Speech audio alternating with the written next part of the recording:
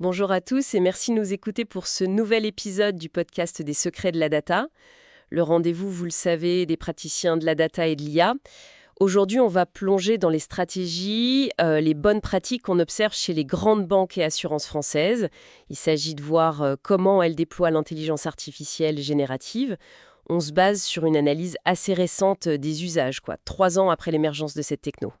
Oui, exactement. L'idée, c'est de voir comment ces grands acteurs naviguent entre l'expérimentation d'un côté, l'industrialisation de l'autre, et puis bien sûr la création de valeur. Et tout ça dans un secteur qui est quand même très régulé. C'est ça la complexité. On va essayer de distiller un peu les approches qui semblent fonctionner sur le terrain. Alors, allons-y. Une première chose qui ressort, et c'est assez intéressant parce que ça contraste un peu avec des approches plus classiques, c'est l'approche bottom-up. L'idée, si je comprends bien, c'est de permettre aux employés d'expérimenter. Mhm. Euh, C'est ça. On laisse faire. c'est un peu ça, mais de manière encadrée, disons. Plutôt qu'imposé par le haut, on favorise l'appropriation par les utilisateurs eux-mêmes. Et pour la GenAI, c'est particulièrement pertinent parce que les cas d'usage, ils ne sont pas toujours évidents au départ. L'interaction homme-IA est centrale. On sait bien, une étude du MIT l'a montré d'ailleurs, que beaucoup de projets IA échouent, souvent par manque d'adhésion, de pertinence pour l'utilisateur final. Donc encourager cette expérimentation depuis la base, ça semble une bonne piste. Phase où ça part un peu dans tous les sens. Exactement. C'est l'autre face de la médaille. Indispensable. L'expérimentation fait émerger les idées, mais après, il faut choisir. Il faut concentrer les ressources. Chez BCF, la filiale de BNP Paribas, Pierre Ullmann le dit bien.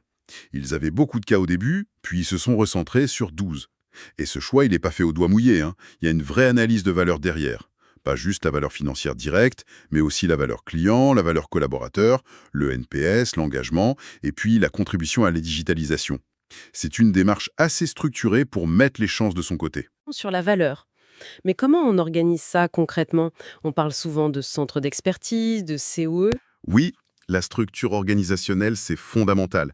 Si on reprend BCRF, ils ont ce COE transverse.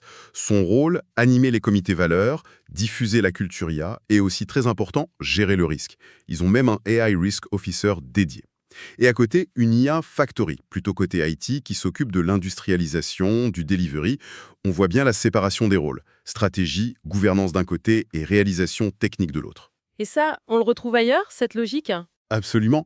Chez AXA France, par exemple, Shafika Chetaoui parle des 5 batailles de l'IA, très alignées sur la stratégie, avec des objectifs chiffrés, validés. Son idée, c'est que se focaliser est le meilleur moyen d'avoir un engagement de toute la société.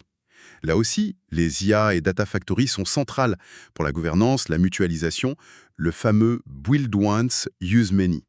Cet engagement de toute la société, ça nous amène à un autre point qui semble vraiment crucial, l'acculturation, la formation. On peut avoir les meilleures structures si les gens suivent pas. Ah ben oui, c'est un prérequis total. Le groupe BPCE, Luc Barneau en parle, insiste sur le fait de préparer le chemin. Ça veut dire quoi? Ça veut dire de la formation, bien sûr, mais aussi intégrer l'IA dans les outils du quotidien, progressivement. Ils ont même un objectif chiffré, 50% d'utilisateurs d'ici 2026, avec des KPI pour suivre l'adoption, la satisfaction. Et AXA, ils sont très actifs là-dessus aussi, il me semble. Oui, leur exemple avec AXA Secure GPT est intéressant. Ils ont déployé cet assistant interne à 154 000 collaborateurs. Et ce qui est notable, c'est qu'ils l'ont fait sans attendre un ROI immédiat. Le but premier, c'était vraiment l'acculturation massive, que tout le monde puisse toucher, essayer. Après, bien sûr, il y a des formations plus structurées à côté, comme leur module Generative AI for Everyone. C'est un investissement dans la compétence collective, en fait. On a parlé de structuration, de formation. Et l'efficacité technique dans tout ça. La mutualisation des développements, c'est aussi une piste.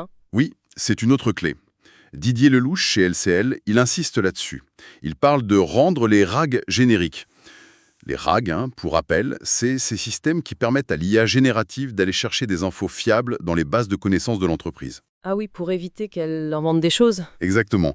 Donc, rendre ces composants réutilisables, ça fait gagner beaucoup de temps et d'argent pour les projets suivants. Pareil pour leurs outils de speech-to-text, ils les conçoivent tout de suite pour être réutilisables. Et ça peut aller jusqu'à développer ses propres plateformes. pour être moins dépendant. C'est le choix qu'a fait AXA France avec Smart Guide, une plateforme maison. C'est du make pour maîtriser la techno, la dépendance aux fournisseurs. Ça sert de socle pour déployer plus vite plein de cas d'usage différents en réutilisant des briques communes. C'est un investissement au départ, mais pour passer à l'échelle, ça peut être très pertinent. Un autre point très concret, c'est la suite, une fois que c'est déployé. Le run, comme on dit. C'est souvent là que ça coince. Tout à fait. Didier Lelouch de LCL le dit sans détour. Le run est un énorme sujet. Faire tourner le système de manière fiable, le maintenir, le surveiller, c'est un autre métier que de le concevoir.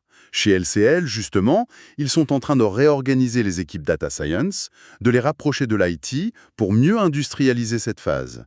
C'est un signe de maturité. On passe du POC au produit qui vit dans le temps. Et pour finir sur ces bonnes pratiques, il y a cette idée de pragmatisme. Ne pas faire de la GenAI juste parce que c'est à la mode. C'est exactement ça. Olivier Monnier de la Matmut le souligne bien. Il faut partir de vrais besoins métiers et se demander, est-ce que la GenAI apporte vraiment plus que le machine learning classique? Et à quel coût? La GenAI, c'est un outil de plus dans la boîte. Un outil puissant, certes, mais à utiliser là où c'est pertinent. Très clair.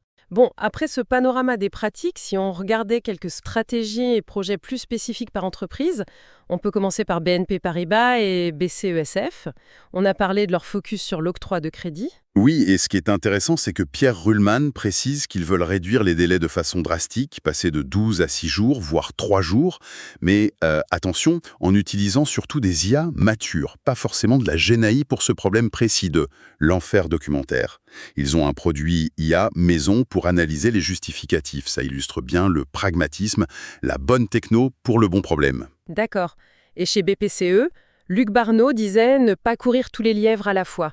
Ça se traduit comment concrètement? Eh bien, par une feuille de route IA très claire définie en juin 2024, avec 5 axes stratégiques prioritaires.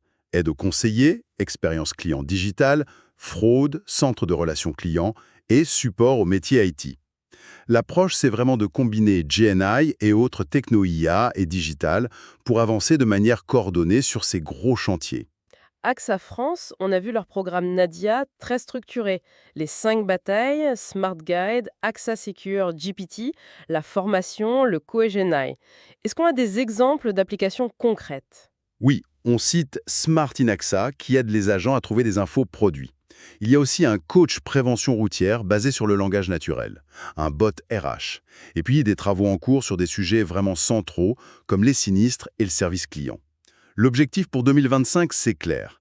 Accélérer la mise à l'échelle de ce qui marche et qui apporte de la valeur. Et LCL, du groupe Crédit Agricole, on a parlé de leur focus sur les données non structurées, la mutualisation.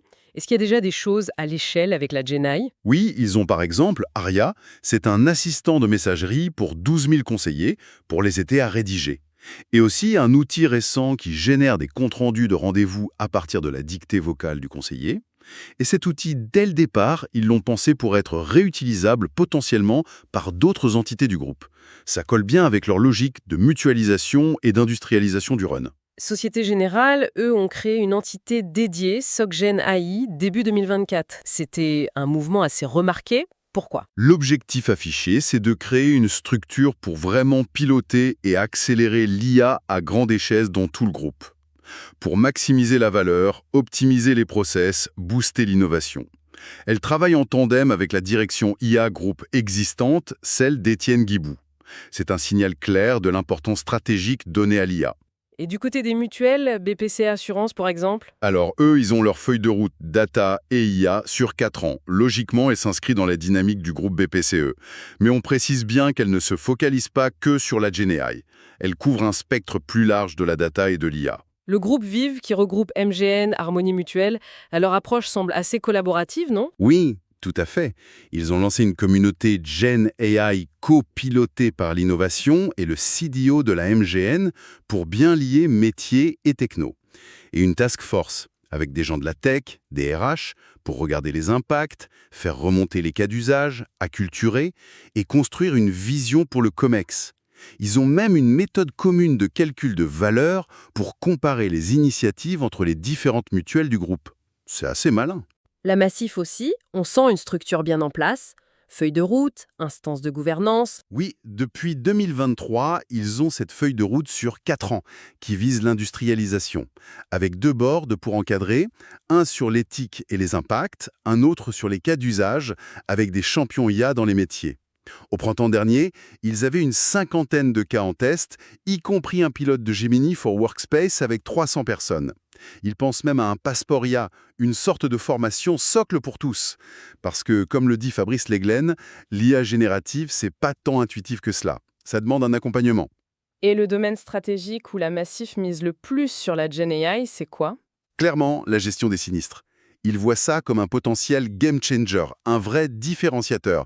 L'idée, c'est d'utiliser la GenAI pour accélérer les expertises, même à distance, et rendre tout le parcours plus fluide pour l'assurer.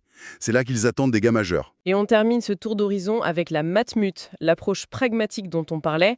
Ça donne quoi concrètement, Sam? Olivier Monnier insiste, acculturation oui, et utiliser la GNI sur les vrais besoins, là où elle fait mieux que le machine learning classique, sans faire exploser les coûts. Leur priorité, c'est de développer des agents IA pour augmenter les conseillers. C'est prévu pour 2025-2026. L'IA écoute l'appel, prend des notes, prépare des documents, pendant que le conseiller, lui, se concentre à 100% sur le client. Très important, pas de contact direct IA-client prévu pour l'instant. Et tout ça dans un cadre qu'ils veulent éthique, responsable et même attentif à l'impact environnemental. Bon, si on essaye de prendre un peu de hauteur maintenant, on voit quand même émerger des lignes de force communes, non? Dans toutes ces expériences banque-assurance en France. Oui, tout à fait. On peut identifier quelques constantes. D'abord, une priorisation très nette des cas d'usage avec une analyse de valeur sérieuse derrière, pas juste le financier. Ensuite, cette combinaison entre laisser le terrain expérimenter, le bottom-up, mais avec une gouvernance forte, COE, Factories, pour structurer et industrialiser. Troisième point, l'investissement massif dans l'acculturation et la formation. C'est vu partout comme un passage obligé. Quatrièmement, la volonté de développer des capacités en interne, que ce soit des plateformes ou des compétences, et en même temps chercher à mutualiser pour être efficace. Et enfin, oui, ce pragmatisme. La GenAI est un outil puissant, mais un outil parmi d'autres à utiliser intelligemment. On sent aussi une progression, une certaine maturité qui s'installe, non? On n'est plus juste dans l'exploration. Ah oui, clairement. Le secteur passe d'une phase où on explorait un peu tout à une planification plus sérieuse de l'industrialisation, de la gestion du run. Les prochaines étapes, ça va être quoi? Probablement le passage à l'échelle des projets qui ont fait leurs preuves. Peut-être développer des choses plus avancées, comme ces IA agents dont parlait la Matmut. Et intégrer l'IA encore plus profondément dans les processus métiers critiques. Tout ça, bien sûr, ça va demander d'adapter encore les organisations, les compétences. C'est un mouvement continu. En tout cas, ce qu'on voit, c'est une volonté très claire d'intégrer l'IA, y compris la GenAI, pas comme un gadget, mais vraiment comme un levier stratégique, pour transformer, pour être plus efficace, pour améliorer les expériences clients et collaborateurs. Exactement. C'est devenu un enjeu stratégique. Et la question intéressante pour l'avenir, qui peut faire réfléchir nos auditeurs, c'est cet équilibre à trouver. D'un côté, il faut garder l'agilité pour innover vite, parce que la technologie, elle, n'attend pas. Et de l'autre, il faut garantir la robustesse, la sécurité, la conformité éthique, réglementaire avec les Act qui arrivent, tout ce qu'exige ce secteur. Trouver ce juste milieu entre faire soi-même et s'appuyer sur des partenaires sera aussi un ajustement constant.